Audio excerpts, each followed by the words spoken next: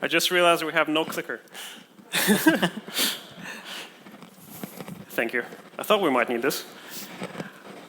All right, welcome everyone. Welcome to Games First and our first talk, Giving Artists Superpowers. First of all, let's give some introductions. My name is Stoyan Dimitrov. I'm a technical artist at Space Ape Games. I've been there for 5 years now, and before that I used to be a character artist in the console industry. I guess one day I got tired of it and went into technical art. And this is Michael. Yeah, I'm Michael Short. I've been in the games industry for about 10 years now. I spent most of that as a AAA console developer, rendering engineer. I moved to Space Ape about 2.5 years ago as a client dev. All right. So to give you a bit of a story about Space Ape and what was our journey in terms of art and tech, the first game that we made was called Samurai Siege. It was a build and battle game. And it was mostly made out of these pre-rendered 2D characters. So they look 3D, but they're all in 2D. It's all an illusion. You can see the animation is quite choppy. And with the next game, we wanted to push it a little bit further. It was called Rival Kingdoms. And the character is in real-time 3D. And the animations are much, much smoother now, running at 30 frames per second. But in terms of shading, it was very basic. It was just a flat texture applied on the model. You cannot change the lighting. It's all baked down. It's all the same all the time. The next game, though, Transformers Earth Wars, we wanted to make the characters our main focus. There was 100+ Transformers in the game. So we wanted them to look shiny. We wanted to have big close-ups of them. They were not small on the screen anymore. So we started using things like PBR shaders, normal maps, specular maps. So all of your buzzwords for like next-gen stuff. And at that point, we ran an art team survey. So we run an art team survey with, the art team every quarter. And we just kind of do it to gauge how they feel about making games, the process, working as a team together. And something that came out of that survey that time, after Transformers, was this. We want to be the best on mobile, but we're really behind on tech. And for us, that was a bit of a wake-up call. We're like, we need to sit down and do something. Space Ape changed, so we took a different approach how we make games after Transformers. Transformers was made by 30 people, and after that we thought maybe we need to work in smaller teams. We need to validate ideas a lot quicker than I think Transformers took about 18 months to make. We want to validate ideas a lot quicker, see if they're good. So we split the studio in much smaller teams. Some of them were about 3 to 4 people, so really, really small. Of course, those people still wanted good graphics. They still wanted to produce a lot of content very quickly, but there was nobody to kind of just sit down and make tools or make shaders for those games. So it was a problem. We saw there was a bit of a gap for some other team to help them out. And this is where we came in, the tech art team. There's 3 of us. There's me, Michael, and Nick Williams. I'm hoping he's somewhere in the crowd today. We called ourselves Art Labs back then, and that's why we have this beaker as a logo. And all the games were named after animals. That's why we have the animal icons. So before we got to work, we were very excited. It wasn't hard to find people for that team. Everybody wanted to do shaders and tools. It was very, very exciting for us. But we thought before we start working, we need to figure out what the hell are we going to do. So we came out with these pillars. So these pillars were meant to focus our work a little bit. The first of all was visual quality. We wanted to make games that are the best on mobile. And that doesn't mean only your kind of console level shaders and techniques, but also giving artists freedom to produce any kind of art style they want. And of course, making good shaders and good graphics doesn't mean it's quick. We wanted artists to be able to make that content very, very quick. So our next pillar was art efficiency, where we started making some tools to help people make content faster. And both of these are founded on performance, because performance for us is very, very important. We take it very seriously. We want everything that we make and produce for artists to be smooth, efficient, and cool. Cool as your phone needs to be cool after we're done with it. We're not making pocket heaters, even though in this weather it might be quite nice. So we got to work, and for the past year we made a few, quite a few cool things that we wanted to show you, put them together in a reel. And keep in mind, everything is designed and engineered for mobile. So yeah, please enjoy. I'm gonna take it all the way when I hear the music play, 'cause baby I can't help myself. I'm here to do my never gonna kiss and tell. I just wanna have fun.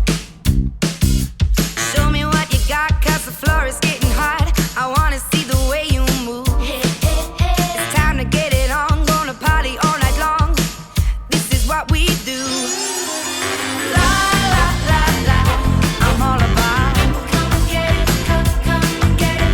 La la la la, I'm all about fun. Get it, come get it. I wanna dance the night away until we see the light of day. Come give me some.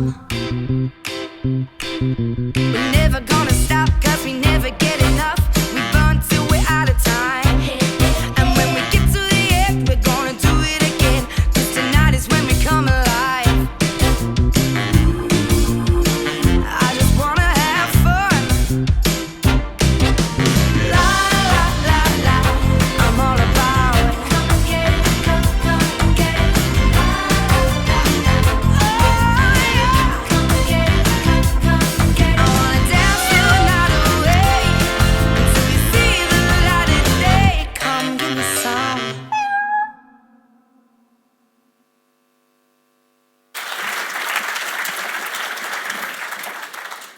Thank you.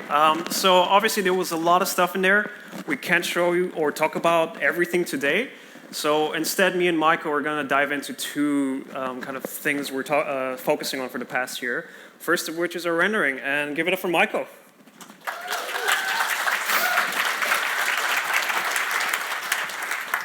Yeah, so I'm going to be talking about physically based shading and how we brought that to mobile over the last few months.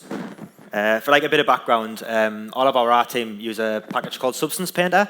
It's like a 3D real-time like software package, and you can paint on models in 3D in real time, and it will show you the effects of it. And then at the end of it, you export this texture, and you bring that into Unity.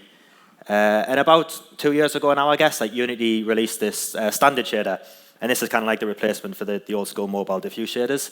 And this is like a PBR-based shader, and it looks like really, really close to the Substance material, but it's not quite like where we want to be. It's a bit like the colors are a bit more washed out, and the reflections aren't quite the same. And then our art team end up like having to go in and reconfigure textures and like change material parameters, and it's quite frustrating for them. And like this material was originally developed for console and PC as well, so like although it does run on mobile, it doesn't like run as well as we want it to. So like we went away and like thought about how we're gonna sort this out.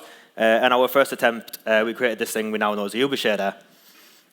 So we created these goals to help drive this project forward. And the first one was it had to be flexible. Like Stoyan says, we have like a lot of game teams, and they all have different requirements and like different features, and all the games look different, so it needs to be really flexible for them. We need to let our artists debug the shader, so if there's a problem, they can easily get down to the issue of it. We need to have different light models, so all of our game teams have the option to change light models whenever they want. We want to transition from gamma to linear color space.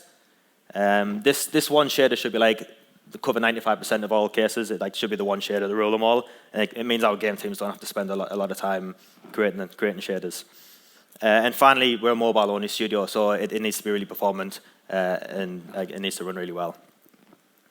So like when we look at the first thing, flexibility, like I said, each of our game teams has like a different set of requirements. Like all the artists work in different ways, and they blend textures in different ways. And on top of that as well, like we have like lots of global effects. We have like the color correction, motion blur, and things like that, which you saw in the reel.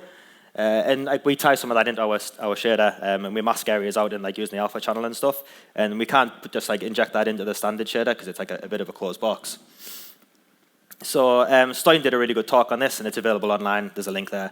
We basically used like Unity's shader feature system, and I created this really, really flexible shader for our artists to use. And there's like hundreds of options you can enable and disable everything. I can say because Stoyan's already talked about it, I'd recommend you go and look at that, like hit that link up and look at it. It's a really, really good talk. And after that, I mentioned we have to let our artists debug any issues. So if there's a problem, we don't have to run the game on device and then do a frame capture in Xcode and then try and figure out what's going on. So what we did is we exposed all these different views. So all the different inputs that go into the material, we let the artist toggle them on and off, and then this works in editor and on device as well, so they can quickly get down to what the problem is. Say if one of the normal maps is broken, they can go in and quickly track down that issue. And as this is a debug feature, we just hard-coded it. It's like a massive if statement. It doesn't run very well, but this is say a debug feature, so it's not going to make it into the final game. It's just to help our art team discover issues really quickly.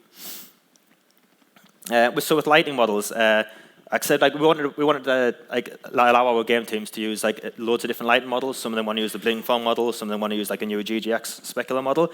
But we don't want to have to make all the game teams write all these complex lighting equations. So what we ended up doing is baking these light values into a lookup texture, and then the artist can quickly swap in and out different textures at runtime.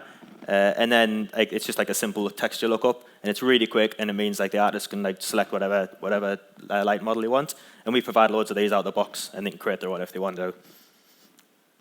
And we also wanted to transition away from gamma space lighting to linear space.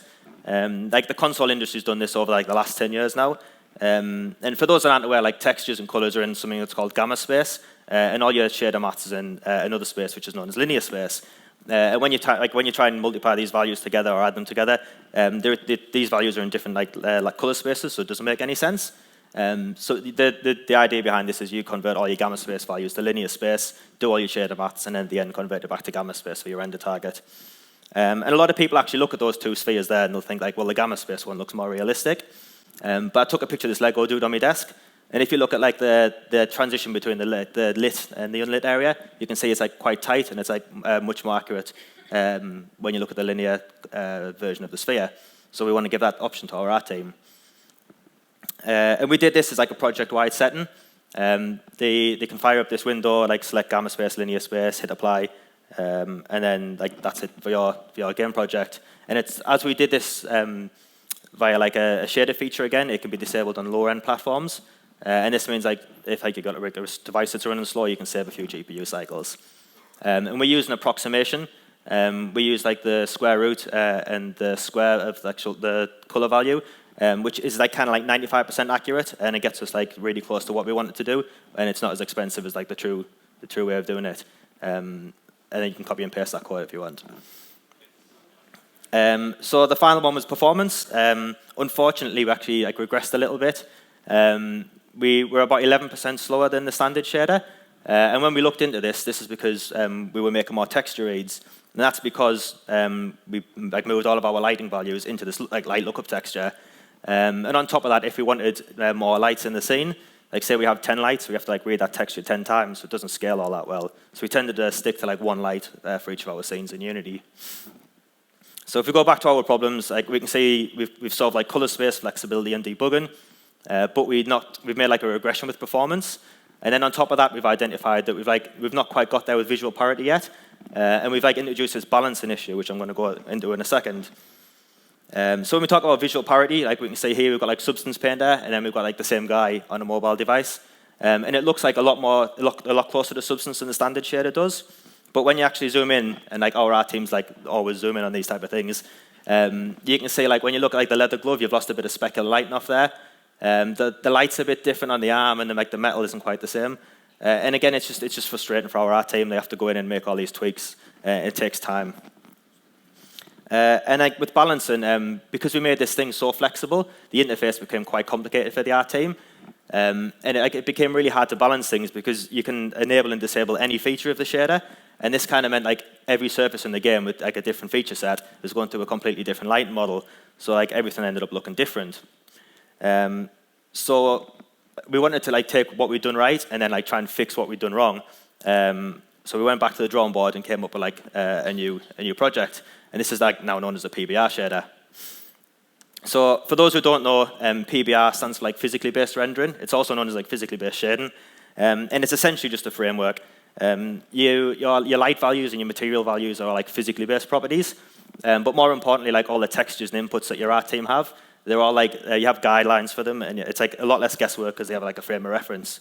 And the other side of this is to do with energy conservation. You can roughly break light down into two different categories. You've got diffuse light and reflectance.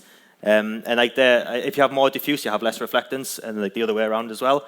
So you've got to balance these two light sources out. And like a surface can't reflect more light than you give it. It doesn't make any sense.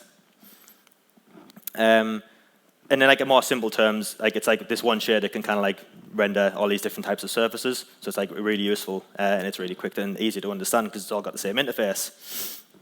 So I mentioned we baked all of our lights into this lookup texture, all our lighting values into lookup texture, but our game teams just ended up using the GGX model.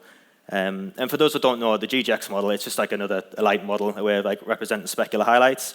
It was like created in 2017, and it's like a replacement for the Bling Fong model, which has been around for about 30 years now.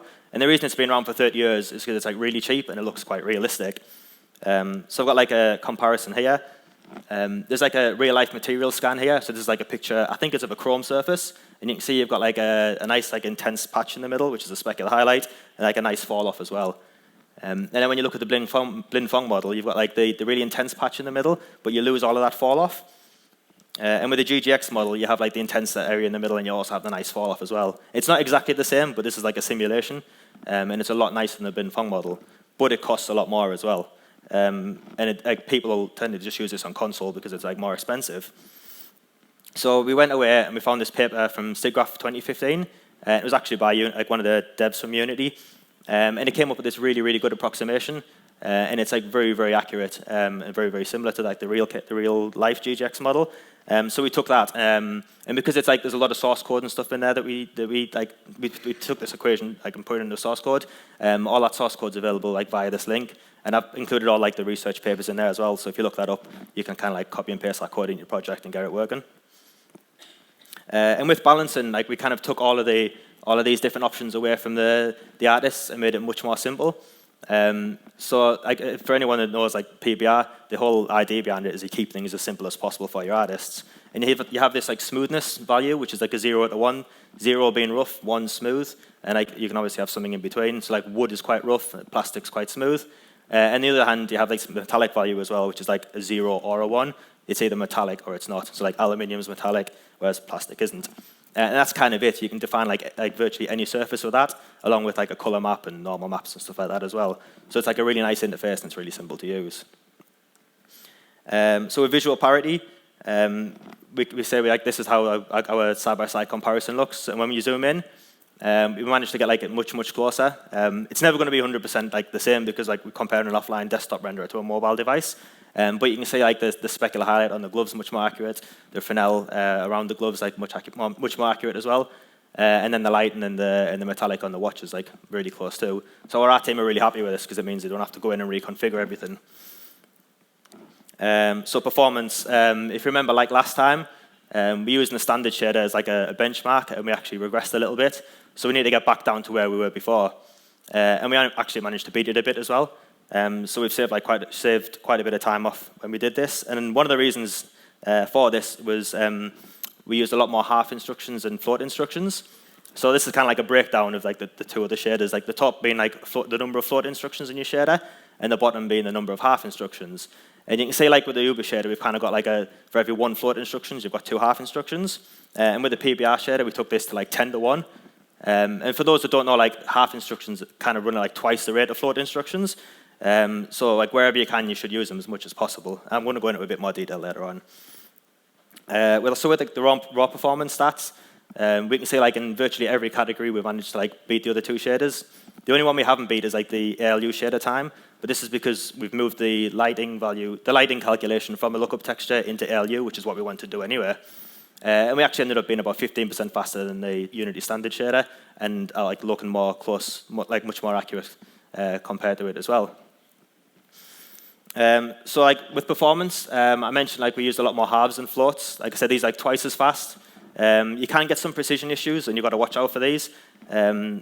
But like it's just something to work around. It's definitely worth using these wherever possible. When you are using halves and floats, like stick to whichever one you choose. Don't convert between the two because it's like quite expensive, and then like the GPU doesn't like it. On top of that as well, prefetch as much texture data as you can. We had this issue with one of our shaders. This is like a breakdown of like an early breakdown of the PBR shader, and you can see like in the middle we've got this like one line of shader code that's taken almost 38% of the entire shader. And when you look at this, if you look at the line above, that's like reading a texture, and then the line below is using that value. And what's happening is the GPU is having to fetch that texture data from main memory, and then that's like a slow process. So like the GPU is waiting for that texture data to be fetched up, and it's like stalling the GPU. So essentially, the GPU is sitting there doing nothing, just waiting for that memory to be available. So to get around this, all we did is we moved that text tree to the very beginning of our shader, and then by the time we need that data, it's ready to use. And that stall went from 38% to 4%. So that's like a really easy win. On top of that, we found like we were passing way too much data between the vertex and pixel shader. So we've got this again, this is a breakdown of an early breakdown of the shader, and you can see here under the ALU cost is this other category. Ooh. There's this other category. Can you still hear me? Cool. This other category, we had to go back to Apple and ask them what was going on. And they essentially said, this is interpolation cost. So 50% of our shader time was spent just interpolating, blending values between the vertex and pixel shader. And the only way around this is to pass less data between the two, or use halves instead of floats again. We managed to get this down to about 33%. It's still more than we'd like, but it's better than 50%. Use as fewer texture fetches as possible. Mobile devices have really small buses, so they have not much bandwidth at all. So just try and use as fewer textures as possible. And where you do use textures, make sure they're compressed and use maps as well. And finally, this is to do with linear space lighting. We have to support OpenGL ES2, and that doesn't support sRGB texture samplers. And what this is the GPU has a hardware unit, and when you read a texture, it will convert from linear space, from gamma space to linear space for you. And this is much faster when the GPU does it for you. We found it was about 8% faster than doing it in our shaders. But because we need to support OpenGL ES2, we have to do it the other way. But if you don't, use sRGB samplers. So I think next up we've got a video of the PBR shader working on device, and then I'm going to get Stoyan back on stage to talk about one of the tools he's been developing.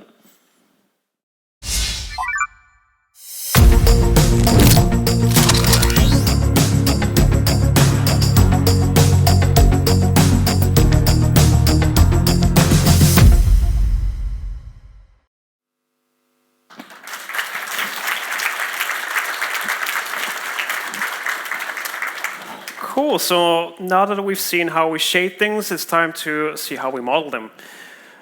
So I'm going to talk about a Houdini track generator that we made last year.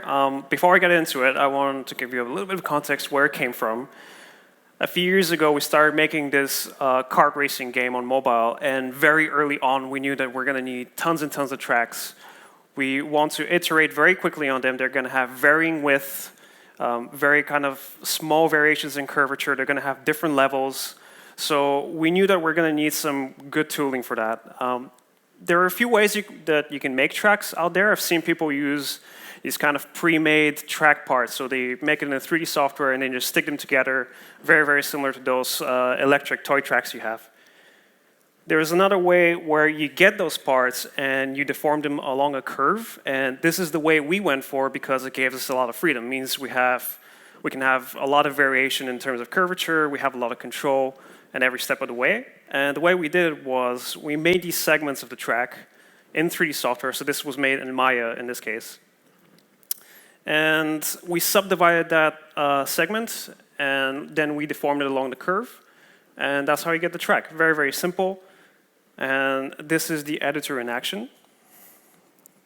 So you have these points that you adjust by hand, and you get a preview, an outline of the track. You can control different parameters on the track itself. So you can control the width of the road. You can control how wide the off-road is on both on the left and the right side. And again, this is done per point because we needed that control along the track itself. Everything updates in real time in terms of the outline, but there was a disadvantage where you don't really see the final result of the track. We also had a curb as well that you put in by hand. And every segment that you saw earlier, you need to specify for each and every point. So there's a lot of user input, but you don't see the final result in real time. But the biggest drawback was that after you do this, you click a button, and then you wait 4.5 minutes for your track to bake and for you to see it. That is enough time to go and grab a coffee. And you think, OK, this is not that much time. But if you multiply by 20 times, which is about how much you're going to edit a track per day, that's an hour and a half just staring at a progress bar. That's a lot of caffeine as well if you go for coffee every time. So this is what we end up with. The algorithm has done its job. It deformed all the meshes. But there were some issues. If you look closer, the walls were quite jaggy. They were not deforming along the track very well. There was some squishing of the mesh, squishing of textures. There was stretching along the turns, the corners. And also those caps on the walls, they also get squished. So small details were not handled very well by that kind of curve deformation algorithm. So we had to fix that. There was another issue as well, performance. This track was 73,000 verts. Our budget was only 30,000. We wanted to target 60 FPS on both high and low-end devices. And this was just not cutting it. There was quite a lot of verts. And that means, so vertices are the points that make up the track, that make up the mesh. The more you have, the less it's going to perform. And the bigger it is on disk. So we had, 20 to 30 tracks, and that is a lot of file size. So it was very big. We need to do something. First thing we could have done is get those segments. So if it's a straight segment of the track, we can totally kill these things in the middle. And you can remove them very safely. You only need these divisions for the bendy parts of the track. You don't need them from the straight parts. And the other thing was these caps for the wall. So they look nice visually, but there's also quite a lot of them in the track, so we couldn't allow for too many of them. They were very point dense, a lot of vertices, so we had to remove them and make one continuous wall. Unfortunately, that wasn't doable just by deforming an existing mesh along a spline. We needed a different approach. So this is where Houdini came in. And Houdini is a lot of things for a lot of different people. For us, it was more of a procedural mesh generator. And lucky for us, the Houdini engine is actually very easy to integrate in Unity. Unity is the engine we use. You just install a package and it just runs. You can make tools in Houdini that run real-time in Unity. So I'll show you how the road creator actually works. Just a brief snapshot. Notice how the nodes on the right update for the viewport on the left. So first of all, we take points, those points we drag into the Unity viewport. We interpolate them, so we add some more points between those points to create a smooth curve. And then we use Houdini's refine node, which does exactly what it says. It just kills those points on the straight lines and keeps them on the curvature of the track. So we get this line that we duplicate along those points, and you get this extrusion of road. This is the final result. And notice how the texture changes based on the curvature of the track. This is very important. This is something we use later on for different parts. But in this case, we just use it to update the texture. For the markings of the track, we use a similar technique. We just took those points in the middle, we extruded them outwards, and then you get your markings. You combine them with the road, and that's the final thing. So to see an action in the editor, you can see Houdini engine is running in the editor in real time. You can just tweak things very, very quickly. And because the whole mesh is procedural, you can adjust anything you want, from the width of the markings, their position, anything. The best part is it updates instantly. So there's no time for breaks now. There's no time for coffee. The artists were so happy.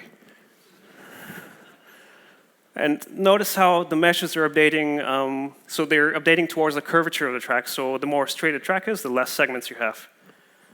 So that was very useful for performance for us. Of course, we have the previous parameters that we had. So we can update the road width, but now you see the actual road updating in real time. You have your off-road, which is done the exact same way as the road. It's just another line duplicated another line. It's just, that's all it is. And it's all updating in real time. You can see the textures are updating, the UVs are updating, everything is right in front of you. So far so good. We had a road, but we don't have walls. So how do we do the walls? How did we get over that barrier? Sorry, that's the last one. So we made these end caps. So these are done by a 3D artist. And we take the profile of the end cap, and very, very similar to the road, we just take that and we extrude it along the line.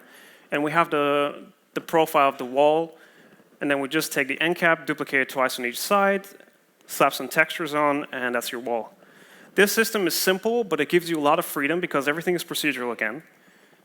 Just by changing the end cap, changing the textures gives you quite a lot of variation in terms of wall. And we did need that variation just to have different walls depending on the curvature of the track. So this is the tool in action again with the walls. We put the walls on, and they update in real time as well. They conform absolutely perfectly towards the track because they're designed for it. They're made from scratch every single time you update a track. Notice how if we increase the curvature, the walls change, so the mesh changes. The texture is also changed. This is done automatically by Houdini. And for the sharper turns, we had a different type of wall. We also had an apex that was generated automatically as well. You can adjust the width of that if you wanted to. And yeah, that just gave you a lot of flexibility and very, very kind of quick turnaround, quick feedback while you're working. We also wanted to remove walls so cars can fall off of it, and we also wanted to remove the whole track in some cases. And notice how there's end caps. These get added exactly the same way as the walls. So we use the same technique, very, very simple technique all over the track, but it gave us a lot of variation very quickly. And yeah, that's the tool in action. So after we did all this, this is the final result. Very, very similar to what we had before. And with some lighting and some props, this is the actual final version of the track itself. But what about performance? So we had 73,000 verts before. And after Houdini's magic, removing all those verts, we have 13,000 verts. That was great. That was half our budget, less than half. So now we could hit our 60 FPS, and it was very, very kind of small footprint on device as well. So I just want to show you now how it looked in the actual race. So yeah, please enjoy.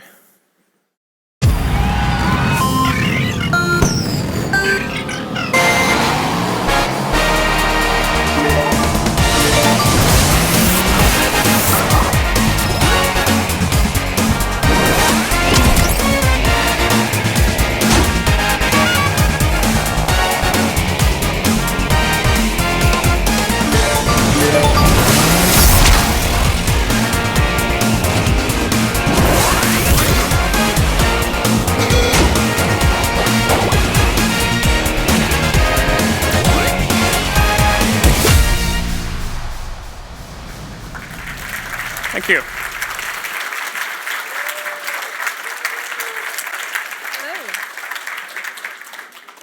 So we are now going to have a Q&A. If you want to just stick up your hand if you have a question, we've got these fun catch-up boxes that will be thrown to you or handed, depending on if you're brave or not. So yeah, if you have a question, just stick up your hand real high so our team can come around. See one over there.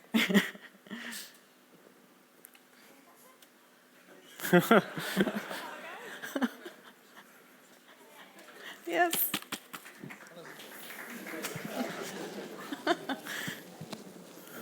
Hello. Wow, that's new for me.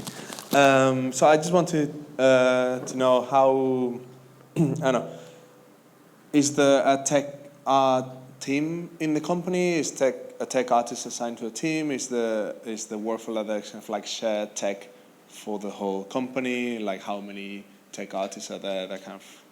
So the tech art team, usually we're kind of a shared resource. So we help every game team that we can that wants our help or wants some kind of tools or tech developed for them.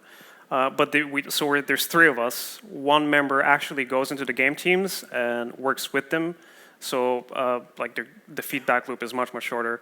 But yeah, we tend to be centralized, and we'd like to make as many shared tools as possible so all of the games teams could use them.